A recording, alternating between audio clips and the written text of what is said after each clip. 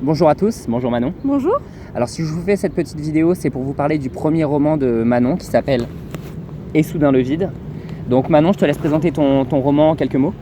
Oui, alors le personnage principal s'appelle Alison, elle a 17 ans, elle se retrouve à la rue et c'est l'histoire de sa reconstruction, des tentatives qu'elle va faire pour se réinsérer et des rencontres aussi qui vont être déterminantes sur son parcours.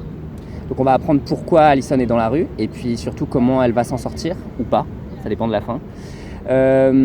Et au cours de son parcours, elle va rencontrer divers personnages qui ont eux-mêmes des blessures, des maux du passé et comment ils ont évolué par rapport à ces maux. Je pense notamment à une médecin qui vit très mal le suicide d'une de ses patientes et qui, suite à cette tragédie, va changer sa manière d'être et sa manière de pratiquer.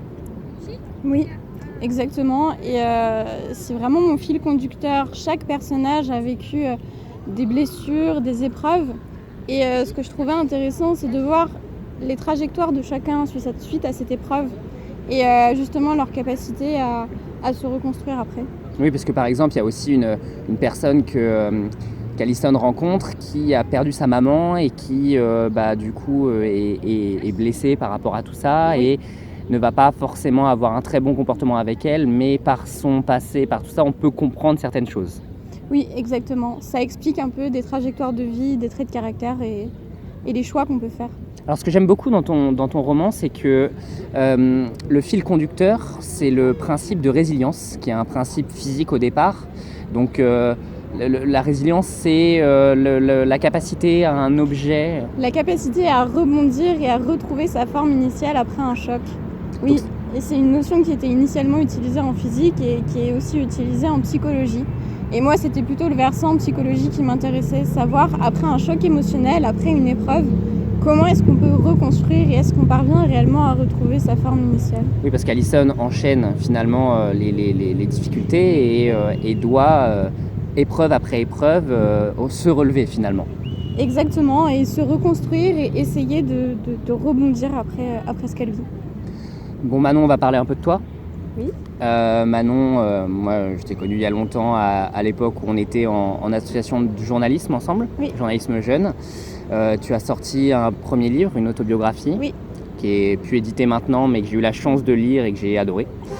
Et voilà, c'est ton premier roman. Donc tu as écrit ton autobiographie vers l'âge de 14-15 ans, C'est exactement ça, édité un peu plus tard. édité un petit peu plus tard, Et ton roman, donc du coup, tu l'écris aujourd'hui alors que tu as 23 ans. 23 ans. Donc qu'est-ce qui a fait que finalement tu aies mis ces 6 années si on compte les 2 éditions, mais même plus Oui. si on compte l'écriture. Pourquoi ça a pris autant de temps entre un premier livre qui était sur toi Oui. et ce roman qui est donc totalement fictif?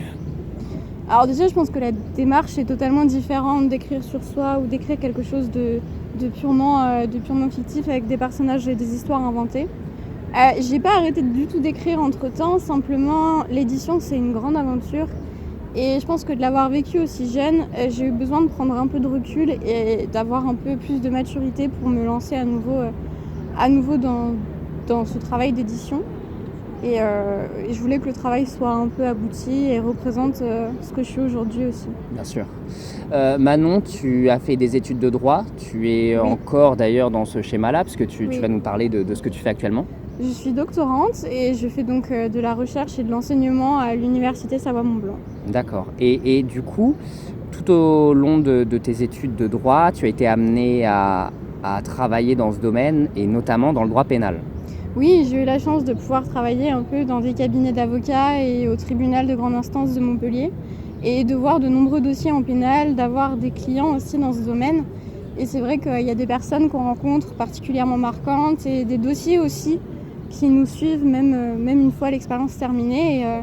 Et tout ça m'a énormément inspirée et j'ai eu envie d'en faire quelque chose. Oui, parce que tu as quand même travaillé sur des dossiers de meurtre, de viol, des choses assez coton. Et d'ailleurs, ton livre n'est pas si bisounours que ça, parce que finalement, on aborde les thèmes de la prostitution, de la drogue, qu'on peut retrouver dans la rue.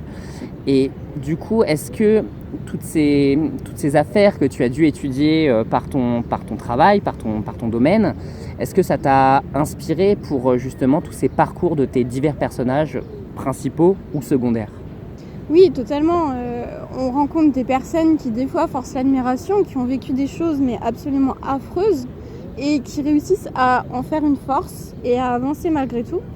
Et j'avais envie de travailler sur, justement, cette résilience et de montrer aux gens que c'est pas parce qu'on vit des choses très difficiles que ça nous détermine nécessairement, et on peut réussir à en faire autre chose et à avancer malgré tout. Oui, du coup, ça t'a impressionné et étonné de voir certaines personnes Oui. qui se remettent de chocs émotionnels très forts ou même physiques, Oui. et qui finalement arrivent à avancer, rebondir et continuer leur vie, pas comme avant, mais presque finalement.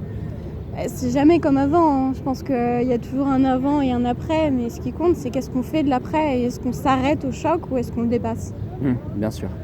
Alors Manon, moi donc j'ai lu ton premier livre, j'ai lu ton premier roman, la suite, est-ce qu'il y en aura d'autres?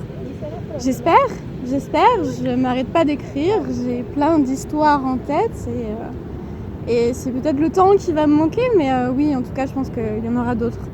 Super. Et dernière petite question, à quel public tu conseillerais ton roman?